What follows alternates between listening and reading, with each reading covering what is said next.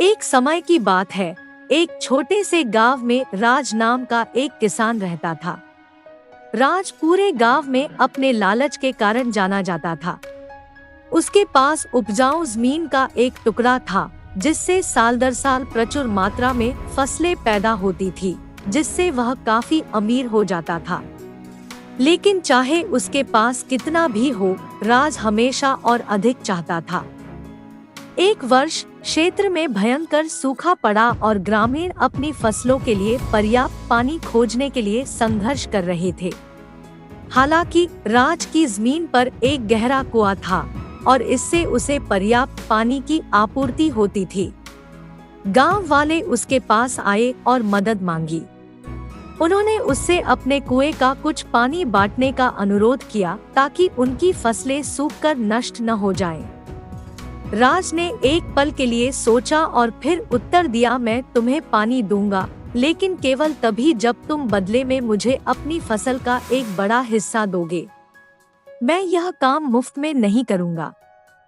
ग्रामीण हताश थे, इसलिए वे अनिच्छा से राज की शर्तों पर सहमत हो गए।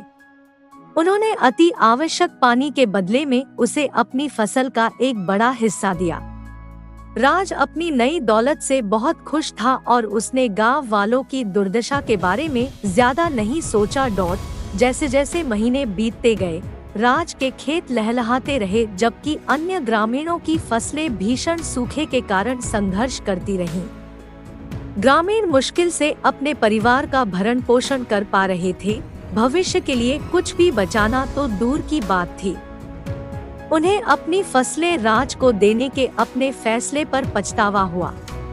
एक दिन गांव का एक बुद्धिमान बूढ़ा व्यक्ति राज के पास आया और बोला, राज, तुमने भले ही धन प्राप्त कर लिया हो, लेकिन तुमने उससे कहीं अधिक मूल्यवान चीज खो दी है, अपने साथी ग्रामीणों का सम्मान और विश्वास। तुम्हारे लालच ने उन्हें बहुत कष्ट पहुंचाया है और वे अब तुम्हें मित्र के रूप में नहीं बल्कि शत्रु के रूप में देखते हैं। राज को बूढ़े आदमी की बातों में सच्चाई का एहसास हुआ।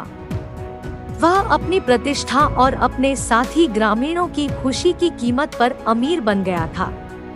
उसे अपने किए पर गहरा पछतावा महसूस हुआ। सुधार करने के लिए दृढ़ संकल्पित, राज ने अपना पानी ग्रामीणों के साथ स्वतंत्र रूप से साझा करने और उनसे ली गई फसल वापस करने का फैसला किया। समय के साथ गांव वालों ने उसे माफ कर दिया और धीरे धीरे उस पर उनका भरोसा बहाल हो गया।